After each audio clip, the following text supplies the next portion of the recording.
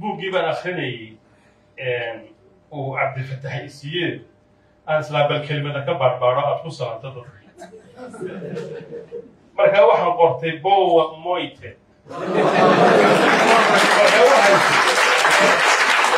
ما تسوى في نمو وناكسنا في اللي اسمه سودافي مثل كم بربارة ما الفوق بما أنا عادينه فلش مويتا يلا حتى هو وصاصو مرات تلياني إيو بورتوغيسكو المال صدحات أنا ورقي تلياني لك هو سوتشي مركب بوقي دفتوا وكفى إذا عند فتح ولا صعب weliba saasa waxa ii sii dhiban mooyinta abrigato oo iyo aad proxima oo ah ku dambeyn kulmay marka intaasna waa intii Portugiiska aan ka bowsaday waxaanu ka nimi dalkeenii hooyo oo kulaalaya badweynta Hindiya iyo badda Cas waxaanu joognaa cirifka kale Afrika Angola galbeedka oo Pacific kulaalaya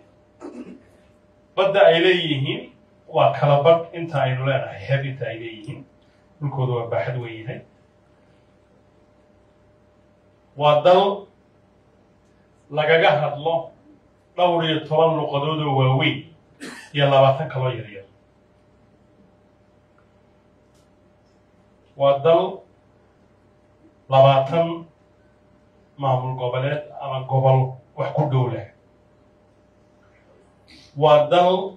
soo maray duruufta aynu soo marnay mid ka adag weliba muddo ka dheer muddadii inagu ay dagaalada ku jirnay waa dal dhashay ama gobonnimo helay inaga ka bacdi muddo 12 sano ilaa 15 sano 14 sano waa dal soo kabtay oo maantaba dhowr kun oo Soomaaliyeed ay ku dhaqan yihiin nabadna ku haystaan risuqoodana kala soo baxaan kuna sharfay halkan waxaan u nimid kulan weyne African Union oo 54 iyo dal iyo nimanka European Commission 27 oo kala badh ay ku wada xaajoonayaan oo ay sidii qolaba ay qolada kale wax uga dheefi lahayd wax iska weydiinayaan marka hadalka lagu soo celinayo meesha waxa ka mid ah waxaynu nahay laba qaaradood oo taariikhdooduna isku suntan tahay timaatadooduna ay isku xidhan tahay suntanaanta waad fahmi kartaa oo rag wixii kala gaadhay wada geeyay taariikhda madow ee Afrikada la gumaystay ee duruufaha adag ay ku jiri jirtay aad looguma tiigaalin oo tawalad walaga daragsan waxa la isweydiinay waxaynu wada qabsan karnaa xal kala dheefi karaa Afrikada madow ee aynu ku noolnahay wax soo saarka adduunka ee warshaduhu soo saaraan industrial output waxa la yiraahdo boqolkiiba 2 ayay ku leedahay Vietnam baa wadaan Afrikada aynu ku noolnahay oo dhan iyadoo inta ay kala ganacsato aad bay u yartahay oo coffee Angola laga keenay ama Ethiopia laga keenay ba inta meel kale lagu soo warshadeeyo Soomaaliya lagu keenay markaas aad oranaysaa coffee-gana mid Francis laga keenay baan rabaa daawadana mid German laga keenay baan rabaa saliidana mid halka laga keenay haddaba waxaagii oo lagu soo package gareeyay wax kala ma dalkeena Soomaaliyeed caawa wuxuu marayaa in GDP-ga waxa la yiraahdo waa dhaqaalaha dalkaas lagu qiyaaso 13 bilyan ilaa 12 bilyan dalkan Angola oo nabadi ay ugu horeysay 2002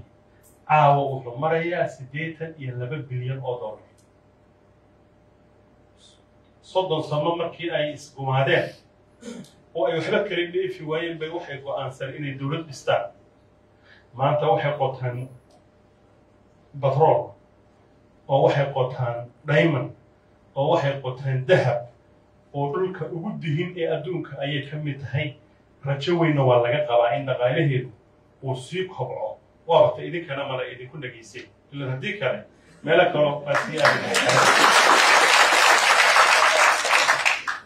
marka inaynu adduunka wax ka baranno cibaadada adduunka inuu wuxuu ka baranno meel fog iyo Australia inaynu aadno ma baahnine Angoladani intay saxatay inaynu saxanno baynu u baahannahay oo nabad la helo nabad ayaa hooyo u ah horumar dalkeen naftarkiisu hadda dad yar shili maayo 5 bilyan dhibic 5 lacag gaadhaysa baa Soomaaliya lagu lahaa oo kacanka la sheegay ee dadku ay aad uga mataqaanaa cali iyo aad noogu amaanaan ragii bariga soo gaaray marta 5 bilyan budalka ku dhaqayo xoolaha qanaas bay hayaan dibadda laga keenay shantii baa lagu qaadatay dhowr iyo 10 sano inaan dib isaga celinno haddana waa inaanu ayr u tallaabsano dalka aanan deyn kala gelin horta taa ilaa iyo ruush ilaa iyo maraykan ilaa iyo yurub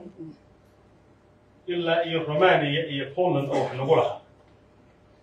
ayaanu kala soo xaajoonay maanta waa la deyn baxay wana culus oo loo dardaarmo wixii rag waa inay raad ka tagaan horta waa mar hadduu reerku deyn baxaan daw uu furan karaa marka waxa taagta meel aan nabad ahayn cidna maalgashan mayse madaxweynaha qaranka Soomaaliyeed iyo xukuumadani waxay halbeegsadeen inay cadowga ummadda Soomaaliyeed ee khawaarijta la yiraahdo ay ka celin jirto dalka oo dagaal ayaa ku qaatay dagaal bad iyo berriba ilaa qoryooli ilaa iyo ceeldaar ilaa iyo dalka guud ahaan in batrool laga qodo oo Angola aynu dhaafno ayaaba la rajaynaya baltaana ku darsan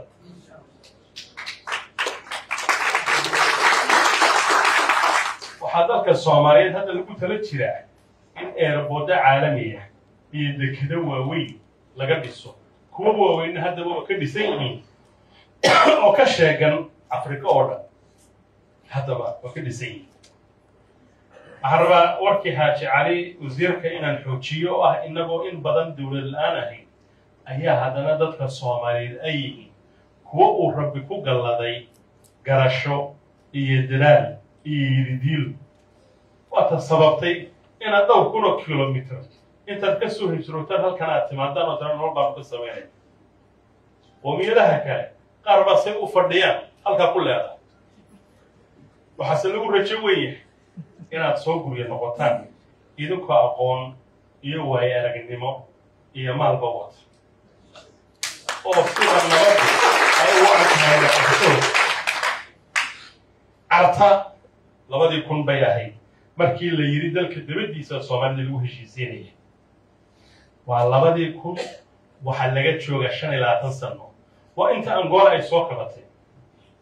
waxaan idinku bushaareynaya maanta magaalada madaxdii Muqdisho 1 milyan oo muwaadiniinta Soomaaliyeed ee Muqdisho ku dhaqan ayaa isu diiwaan geliyay inay codkooda dhiibtaan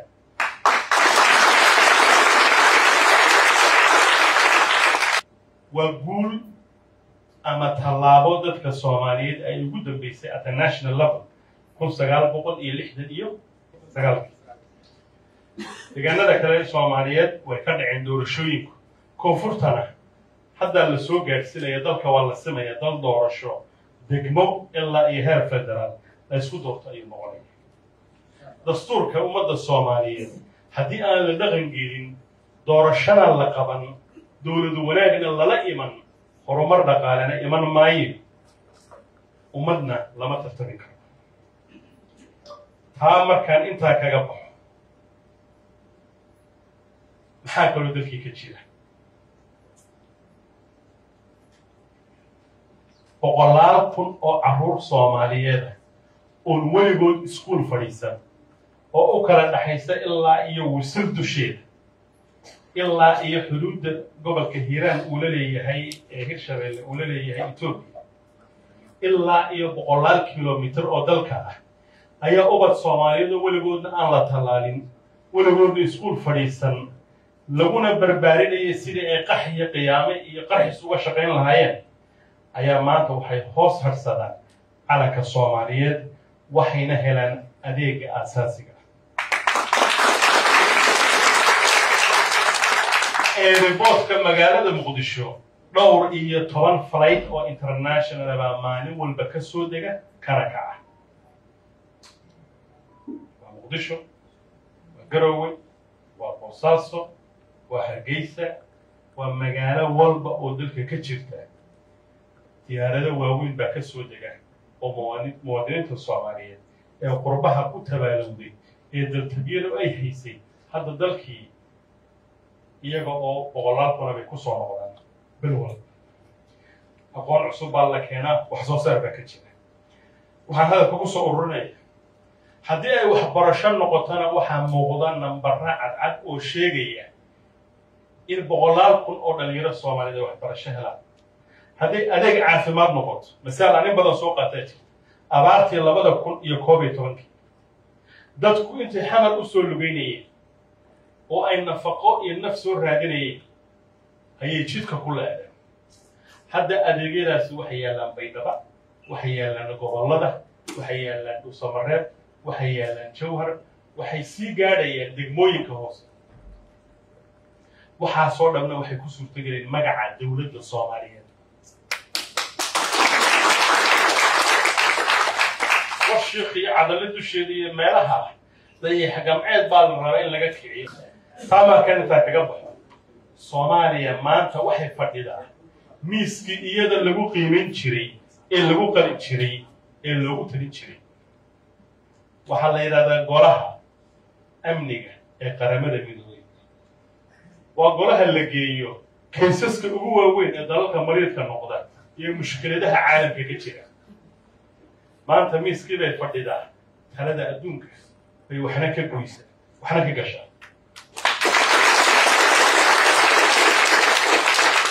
African Union دور بيكولها مدلها واوين دقالها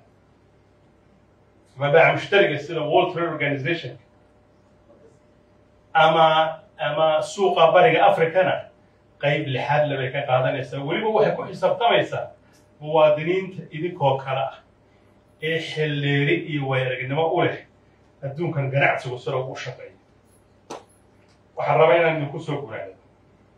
أفريقيا الصومال هم هذا فكرية صفرا أفريقيا هذا وحكوا تشط وتلندوا تحيني والبينو دلك يستأمنوا نيوال با بينو دلك يستأمنوا dhalinyarada waxaynu leenahay badahana hay isku xalligina waalidkiina in kaana ka shaqaysanina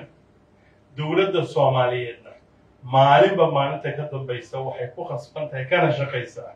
inay abuurto jawi dhalinyaradu ay nolol ku hesho